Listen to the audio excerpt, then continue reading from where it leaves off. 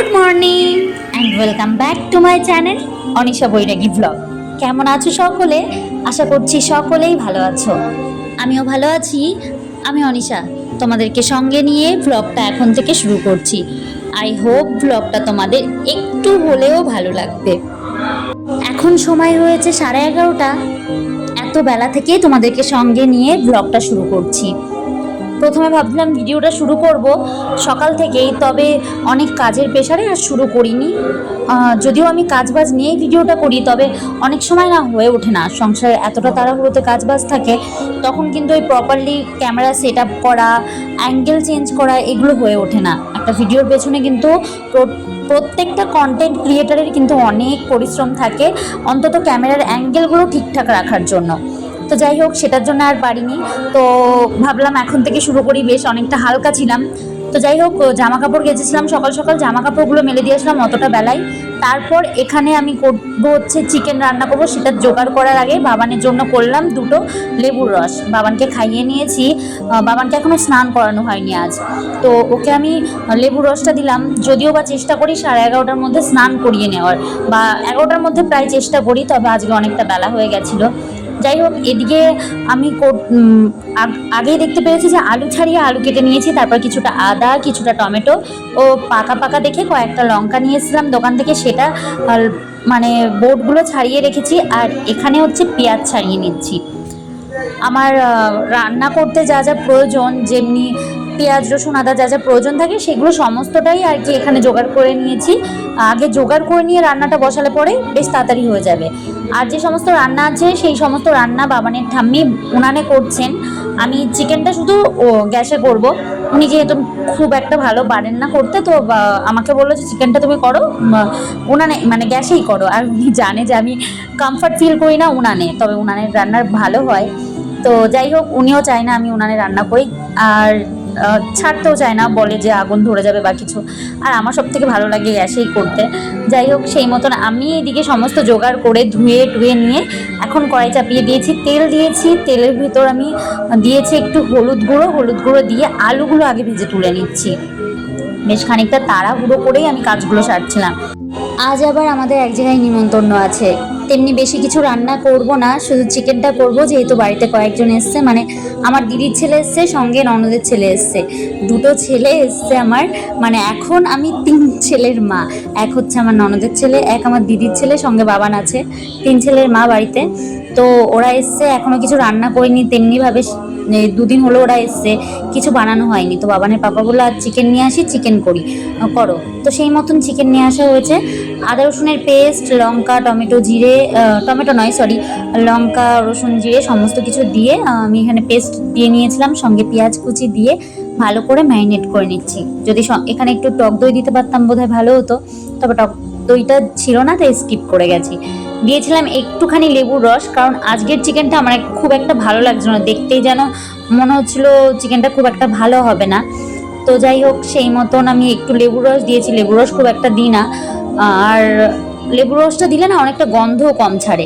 এদিকে কড়াইতে তেল, আলু ভাজার যে তেলটা ছিল তার মধ্যেই জিরে, তেজপাতা, শুকনো লঙ্কা, গোটা গরম মশলা ফোড়ন দিয়ে দিয়েছিলাম পেঁয়াজ কুচি। সেটিকে ভালো করে ভেজে নিচ্ছি, একটু নাড়িয়ে চাড়িয়ে ভেজে নিয়ে এর ভিতর দিয়ে দেবো হচ্ছে আমি আগে থেকে ম্যারিনেট করা যে চিকেনটা ছিল সেটা। সঙ্গে একটু তেলের উপর দিয়েছিলাম লঙ্কার গুঁড়ো দিলে পরে তোমার কালারটা বেশ ভালো আসে। এদিকে ভালো করে চিকেনটা কষিয়ে নিচ্ছি। আর দিয়েছিলাম আগে থেকে ভেজে তুলে রাখা যে আলুগুলো ছিল, সেগুলিকে দিয়েছি এর মধ্যে। চিকেনটা এখন ঢাকা দিয়ে খানিকক্ষণ কষতে দেবো। তারপর আমি এদিকে এসেছি বাসন ধুতে। উনানে যে রান্নার বাসনগুলো ছিল বা টুকটাক সকালের যে খাবার দাবার খাওয়া হয়েছিল সেই বাসনগুলো ছিল, তো সেইগুলিই ভাবছি এখন বাইরের দিকটা ধুয়ে নিচ্ছি। সেগুলো ধুয়ে নিচ্ছি এক হাতে, আর ওই দিকটাতে চিকেনটা কষতে থাকছে। আর যেহেতু বেলা অনেকটা বেড়ে গেছে, তাই ভাবলাম এই কাজগুলো আগে সারি, না হইলে ওই কখন চিকেন হবে তারপরে এসে আমি এগুলো করব। তার মধ্যে ছেলেকে খাওয়ানো, স্নান করানো সমস্তটাই একা হাতে কিন্তু সামলাতে হবে। তাই কিন্তু এই কাজগুলো বুদ্ধি খাটিয়ে আগে থেকেই করে নিচ্ছি। আর এরকমই সংসারের প্রত্যেকটা মহিলা বা প্রত্যেকটা হাউস ওয়াইফ কিন্তু এইভাবে সংসারটাকে পরিচালনা করে থাকে। একটা সংসারে কিন্তু কম কাজ থাকে না, ওই একটা কাজের পেছনে কিন্তু একজন পড়ে থাকে না, একটা কাজ করতে বেশ খানিকটা সময় লাগে। তবে ওই যে যেমনি আমি এখন চিকেনটা বসিয়ে দিয়ে আসলাম, বেশ খানিকটা সময় লাগবে যেহেতু অনেকটা চিকেন ছিল, তাই কিন্তু আমি এই দিকটাতে এই কাজগুলো সেরে নিচ্ছি। এরপর আরও কিছু কাজ ছিল আমার, যেমনি ঘর ঝাড় দিয়ে বের করা, তারপর ঘরটা অনেকটা দুপুরবেলার দিকে অনেকটা এলোমেলো হয়ে থাকে, সেগুলিকে গোছানো, সেগুলিকে গুছিয়ে তারপর চিকেনটা এর মধ্যে কষে এসছে। আমি সাইডে বসিয়েছিলাম গরম জল, গরম জলটা ফুটে গেছে, সেই গরম জলটা এখন চিকেনের মধ্যে দিয়ে দিচ্ছি। বেশ ভরে গেছিলো কড়াইটা, একটু ভয়ও লাগছিল যদি উল্টে যায়। দেখলাম লবণটা একটু কম আছে পরিমাণে, তাই একটু পরিমাণ মতন লবণটা দিলাম। লবণটা দিয়ে একটু ভালো করে নাড়িয়ে চাড়িয়ে নিচ্ছি। এদিকে আমার চিকেনটা কমপ্লিট, অনেকটা টাইম ধরে ফুটিয়ে নিয়েছি, তার মধ্যে ছেলেকে খাইয়ে স্নান করিয়ে ওকে শুতে দিয়ে এসেছি। বললাম ঘুমাতে, ঘুমোবে কিনা জানি না। এদিকে চিকেনটা হয়ে গেছে, তাই এখন চিকেনটাকে নামিয়ে নিচ্ছি। চিকেনটা নামিয়ে আমি যে সমস্ত কাজ আছে রান্নাঘরের ক্লিনিংয়ের, সেই সমস্ত কাজগুলিকে সারবো। আর তার আগে আমি চিকেনটা রেখে দিচ্ছি হচ্ছে মিটকেসের মধ্যে, বা নিচে যে সেলফ করা আছে আমাদের, ওটার মধ্যে রাখলাম, নইলে বিড়ালের প্রচণ্ড উৎপাত। আগের দিন যে ডিমের বড়াগুলো করেছিলাম, ডিম ভাজাগুলো করেছিলাম মাছের ডিমের, সেগুলিকে টুক করে কখন এসে খেয়ে গেছে। আমি একটু না চোখ বন্ধ করেছি যে স্নান করে এসে যে ওরা স্নান টান করে আসলে খেতে দেবো, এর মধ্যে দেখি ডিমের বড়াগুলো না খেয়ে নিয়েছে। ভীষণ খারাপ লাগছিল, তবে যাই হোক কপালে ছিল না, কপালে না থাকলে তো আর কিছু করার নেই। তো সেই মতন এখন আর কোনো রিস্ক নিই না, আগেই মিটকেসের মধ্যে রাখলাম যাতে বিড়ালে মুখ না দিতে পারে। আর এদিকে ক্লিনিংয়ের কাজগুলো সেরে নিচ্ছি। আর টুকটাক কয়েকটা বাসন ছিল, যেমনি বার্নারগুলো ছিল, তারপর কড়াইটা ছিল চিকেন রান্না করার, তারপর আরও কিছু টুকটাক যে বাসনগুলো ছিল সেগুলো এখন বেসিনেই ধুয়ে নিচ্ছি। আর বাইরে নিয়ে গেলাম না, এগুলো বেসিনেই ধুয়ে নিলাম। তারপর ঘরটা ঝাড় দিয়ে বের করেছিলাম, বাইরেটা আর ঝাড় দেওয়া হয়নি, একবারে ঝাড় দিয়ে বাইরেটা স্নান করব সেই কারণে। তো সেই মতন এখন পুরো বাইরেটা ভালো করে পরিষ্কার করে ঝাড় দিচ্ছি। আর এর মধ্যে কিন্তু বাবানের ঠাম্মি বললাম যে উনানে রান্না করছিল, ওনার রান্না হয়ে গেছিলো, তারপরে আমি বাসনগুলো ধুয়েছিলাম। উনি গেছেন দোকানে, বাবানের পাপার কাজে বেরিয়েছে, বাবান ঘরের ভেতর রয়েছে, আর আমি টুকটুক করে এই সমস্ত কাজ সারছি। আমাদের দুপুরবেলাও কিন্তু এই কাজগুলো করতে হয়, সকালে যেমনি সকালের বাসি উঠান ঝাড় দেওয়া, ঘর ঝাড় দিয়ে বের করা এগুলোই থাকে, তেমনি কিন্তু দুপুরবেলাতেও এই কাজগুলি থাকে। তবে হ্যাঁ, এটা বাসি নয়, এটা আমাদের পরিষ্কার পরিচ্ছন্ন রাখতে হয় ঘর বাড়ি, সেই কারণে কিন্তু এগুলো পরিষ্কার করে রাখার প্রয়োজন থাকে। আর পরিষ্কার থাকলে পরেই তো দেখতে সুন্দর লাগে, তাই না বলুন? আর যখন উঠানটা পুরোটা ঝাড় দেওয়া হয়ে যায় তখন যে কি সুন্দর লাগে দেখতে। উঠানটা ঝাড় দিয়ে নিয়েছি, এবার গিয়ে স্নানটা সেরে নেব। স্নান সেরে চলে এসেছি। এখন একটু যেহেতু ঠান্ডা ঠান্ডা পড়ে গেছে, তাই একটু নিজের কেয়ার বা নিজেকে একটু যত্ন না করলেই নয়। এখন কিন্তু প্রায় ঠান্ডার আবহাওয়াটা পড়ে গেছে, তাই কিন্তু গায়ে একটু টান ধরছে বা স্কিনে একটু টানও ধরছে, বেশ ভালোই টান ধরছে। তো সেই মতন একটা লোশন নিয়েছি। আমি মূলত ভ্যাসলিনের লোশনটা ইউজ করে থাকি, তবে এবার অন্য ফ্লেভারের নেওয়া হয়েছে, চলো তোমাদেরকে দেখাবো। তার আগে একটু নিজেকে কেয়ার করে নিই, নিজেকে কেয়ার না করলে কি করে হবে? আর যদি নিজেকেই ভালো না বাঁচতে পারি তাহলে আর কি হবে বলো? এদিকে লিপ বাম লাগিয়ে নিয়েছি, একটু ময়শ্চারাইজার ইউজ করেছিলাম। আর চলো তোমাদের সঙ্গে শেয়ার করি, আমি কালকে মেলায় গেছিলাম, মেলা থেকে কিছু জিনিস আনা হয়েছে। তার আগে শেয়ার করি, এই যে ভ্যাসলিন লোশন, অ্যালো যেই লোশনটা আছে ভ্যাসলিনের, অ্যালোভেরা এক্সট্রাক্ট দিয়ে যেটা বানানো সেটা নিয়েছি। আর একটা নিয়েছি হচ্ছে অলিভ অয়েল, বডি অয়েল হচ্ছে নিয়েছিলাম, ক্যাশেড অ্যারোমা থেরাপির একটা বডি অয়েল 400 ml একবারে বড় বোতলটাই নিয়ে নিয়েছি। ঠান্ডা পড়ে গেছে, আমি বডি অয়েল বা বডি লোশন দুটোই রাখার চেষ্টা করি ঘরে। প্রত্যেকবার ক্যান অলিভ অয়েলটা রাখি, তোমরা আগের ভিডিওতে দেখেছো, তবে এবার মনে হলো একটু ক্যাশেড অ্যারোমা থেরাপিটা ইউজ করে দেখি কেমন, দেখা যাক কেমন। আর এদিকে হচ্ছে মেলা থেকে কালকে নিয়েছিলাম এই যে গ্লাস জারটা বা জগ গ্লাস, যেটা হচ্ছে স্ট্র থাকে, পুরোটা ছিল কাচের, ঢাকনটাও কাচের, সঙ্গে স্ট্রটা ছিল কিন্তু কাচের, স্ট্রটা আর কি খুব ভালো লাগছিল, ওটা নিয়েছি। আর নিয়েছি ছোট ছোট দুটো কাচের বাটি, সঙ্গে পিতলের দুটো বাটি নিয়েছিলাম। এগুলো হচ্ছে আমার পুজোর জন্য। তো প্রত্যেক বছর আমি ঠাকুরের জন্য অন্তত কিছু না কিছু কিনি মেলা থেকে, আর এই দুটো বাটি দেখে এত ভালো লেগেছিল সেই কারণে ঠাকুরের জন্য নিয়ে এসেছি। আর সঙ্গে অ্যাপেলের একটা কাচের বাটি দেখলাম, এটা বেশ ভালো লাগছিল। সঙ্গে এই চৌকো যেই বাটিটা দেখছো, এটাও ভালো লাগছে, বেশ অনেক সময় চায়ের সঙ্গে বিস্কিট বা চানাচুর টানাচুর খাওয়ার জন্য এগুলো বেশ ভালো।